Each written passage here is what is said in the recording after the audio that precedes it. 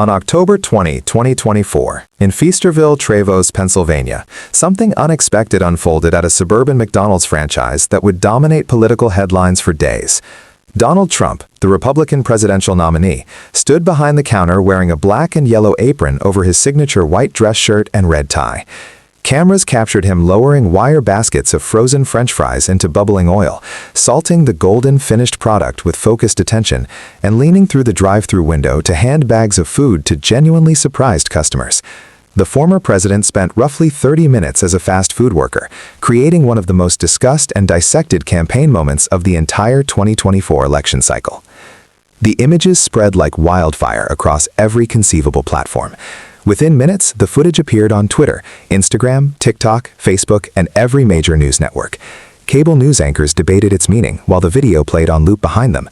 Political analysts offered competing interpretations. Comedians crafted jokes. Meme creators went to work. International media picked up the story, with outlets from London to Tokyo covering the unconventional campaign stop. For a crucial period in the final stretch before Election Day, Donald Trump in a McDonald's apron became the dominant image in American political discourse, proving once again his unmatched ability to command attention in an oversaturated media environment. But this wasn't just another quirky Trump moment or random campaign detour. The McDonald's appearance represented a precisely calculated political strike, a theatrical counterpunch aimed directly at Vice President Kamala Harris with surgical precision. Throughout her political career, Harris had frequently mentioned working at a McDonald's during her college years in the early 1980s, using the experience to establish her working-class credentials and demonstrate her understanding of the struggles facing ordinary Americans. She had referenced the job in speeches, interviews, and campaign materials, presenting it as a formative experience that shaped her perspective on economic policy and workers' rights. Trump and his campaign had begun questioning whether Harris's McDonald's story was actually true.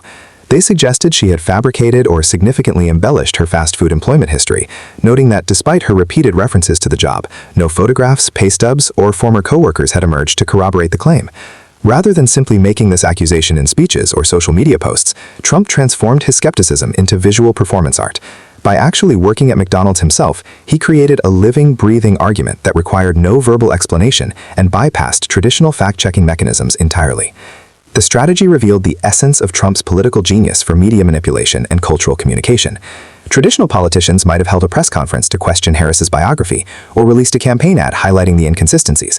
Trump understood that in modern attention economy politics, images trump arguments and experiences trump accusations. Voters across the country could see him in that apron, operating the fryer, doing the physical work, inhabiting the exact space Harris claimed as part of her personal story. The implicit message resonated powerfully.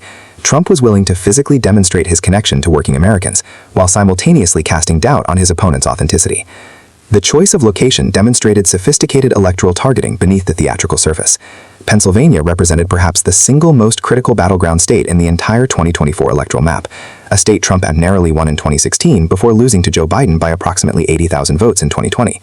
Feasterville, Trevose sits in Bucks County, one of the key swing counties in the Philadelphia suburbs, where elections are decided by razor-thin margins and where demographic shifts had been moving against Republicans in recent cycles. By bringing his McDonald's stunt to this specific community, Trump's campaign demonstrated that viral moments must also serve ground-level electoral mathematics. The event allowed local Pennsylvania voters to see Trump in their community, generating local news coverage and creating a tangible connection beyond rallies and advertisements. Residents could tell their friends and family that Trump had been at their McDonald's, in their neighborhood, creating personal investment in the campaign narrative. Meanwhile, the same event generated millions of dollars worth of free national and international media coverage, making it perhaps the most cost-effective campaign stop of the entire election cycle. A few hours of planning and 30 minutes of actual appearance time produced days of sustained attention across every media platform imaginable. Trump's team understood that modern political campaigns operate across fundamentally different media ecosystems that require different types of content. The McDonald's appearance provided perfectly optimized material for each distinct environment. Traditional television news covered it as a noteworthy campaign story with compelling visual elements that made for good television. The event had everything producers love: colorful imagery, symbolic meaning, controversy, and human interest. Networks could show Trump working the fryer, while anchors and analysts debated what it meant, filling hours of airtime with minimal production effort. Social media platforms exploded with reactions that kept Trump's name trending for days. Supporters celebrated it as brilliant political theater and evidence of Trump's connection to working people. Critics attacked it as a cynical, staged photo opportunity that insulted actual McDonald's workers. But both sides kept talking about it, sharing the images, creating derivative content, and ensuring the story remained alive in the algorithmic feeds that increasingly shape American political consciousness. The campaign generated organic reach that money simply cannot buy, as millions of users became unpaid distributors of Trump's message simply by engaging with content they either loved or hated. Conservative media celebrated the McDonald's appearance as quintessential Trump, bold, unconventional, media-savvy, and effective at commanding the narrative. Talk radio hosts devoted entire segments to analyzing the strategy. Right-leaning news outlets produced feature stories praising Trump's creativity and work ethic. Online conservative influencers created content celebrating the moment as evidence of Trump's superior campaign instincts. Liberal commentators criticized it as manipulation in theater, but their criticism only amplified the story's reach, keeping it circulating through progressive networks and ensuring even Trump's opponents were discussing his campaign message. The symbolism of McDonald's itself carried profound weight in American culture and politics that extended far beyond simple name recognition. McDonald's represents something elemental in the American consciousness: accessibility, familiarity, democratic capitalism, and a certain vision of opportunity that transcends traditional class boundaries. Nearly every American has eaten at McDonald's regardless of their income level, education, or social status. The Golden Arches represent one of the few truly universal American experiences, making the brand an ideal vehicle for political messaging that seeks to transcend demographic divisions. The restaurant also embodies a specific type of American work that exists in the collective imagination as both entry-level opportunity and economic struggle. Millions of Americans have worked at McDonald's or similar fast food chains, often as their first job, creating personal connections to the experience Trump was performing. The work is physically demanding, the pay is modest, and the job carries little prestige, yet it also represents legitimate labor and the dignity of earning a paycheck. By choosing McDonald's rather than some other venue, Trump's campaign tapped into these deep cultural associations, communicating volumes about working-class identity without speaking a single word about policy. Trump's actual performance behind the counter showed his understanding of political theater and his willingness to fully commit to moments that other candidates might consider beneath their dignity or too risky to attempt. He didn't simply tour the facility or pose for a few photographs near the equipment. He actually operated the fryer, following instructions from McDonald's employees on proper technique. He interacted with customers through the drive-thru window, maintaining his characteristic confident demeanor and conversational style. Video footage showed him looking genuinely engaged, even delighted by the experience, joking with staff and customers, while projecting the energetic personality that his supporters find so compelling. This willingness to completely inhabit the role, to wear the apron and work the station rather than maintain distance from the actual labor, made the stunt significantly more effective and harder for critics to dismiss as purely performative. Trump has always understood that in politics, as an entertainment, full commitment sells the bit.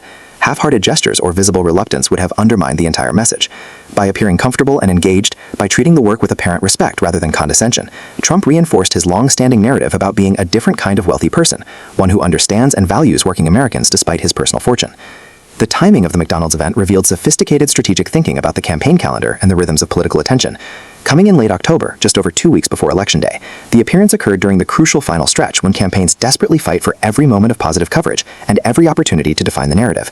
Early voting was already underway in many states, meaning some voters were casting ballots during the peak of the McDonald's story coverage. Millions more remained undecided or persuadable, making these final weeks absolutely critical for shaping perceptions and motivating turnout.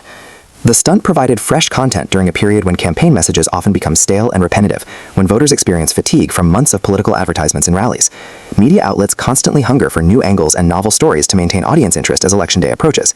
Trump's McDonald's appearance gave journalists something genuinely new to cover, breaking through the noise of standard campaign programming and generating the kind of water-cooler conversation that indicates a story has achieved true cultural penetration.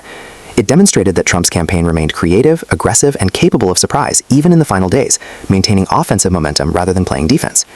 Behind the public spectacle lay extensive logistical coordination that remained largely invisible to viewers who saw only the finished product. The franchise was closed to regular customers during Trump's visit, with only pre-selected supporters allowed through the drive-thru to maintain security while creating the appearance of spontaneous customer interactions. Secret Service protection for a former president and major party nominee involves elaborate planning, extensive advance work, comprehensive threat assessment, and absolute control of the physical environment.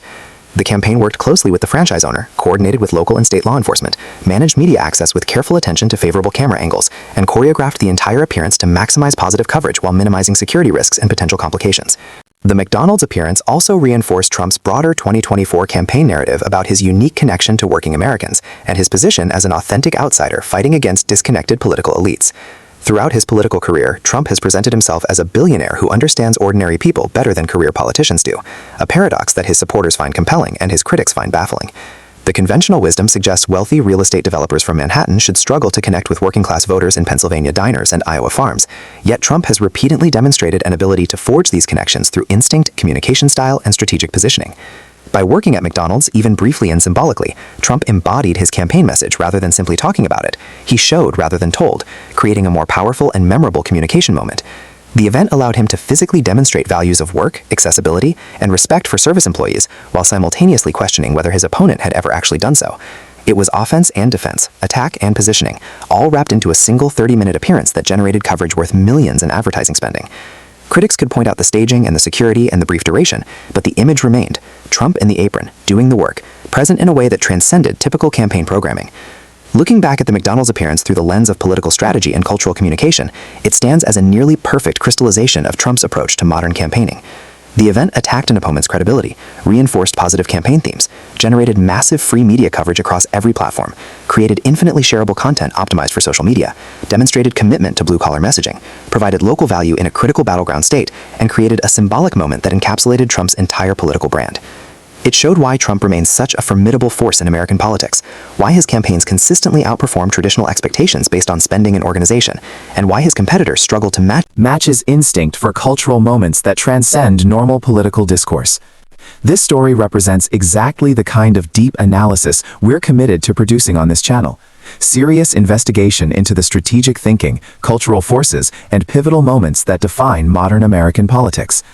Understanding why Trump made decisions like the McDonald's appearance helps us understand not just one candidate, but the entire evolution of political communication in the digital age. If you found this analysis valuable, if it gave you new insight into how campaigns actually work and why certain moments resonate while others fade into obscurity, then please consider supporting this channel's mission. Hit the like button to help this content reach more viewers who want thoughtful political analysis without the usual partisan screaming matches.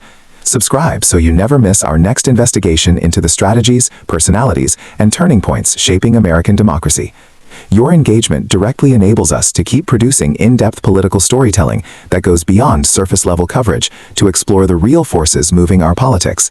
Thank you for watching. Thank you for thinking critically about these moments that shape our political landscape, and we'll see you in the next documentary.